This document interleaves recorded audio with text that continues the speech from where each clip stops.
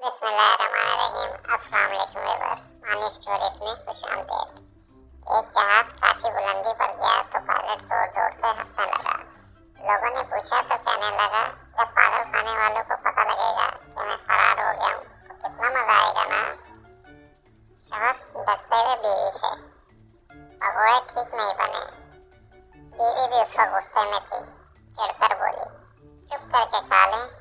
इनको 512 लोगों ने लाइक करा है, 400 लोगों ने कमेंट में टेस्टी लिखा है और एक आप हैं कि आपके नखरे खत्म होने का नाम ही नहीं लेते।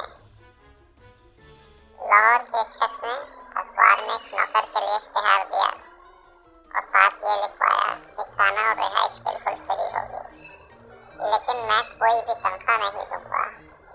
एक पहलवान सेहतनुमा बंदा जो 10 आदमियों का खाना अकेले खा जाता था, नौकरी के लिए राजी हो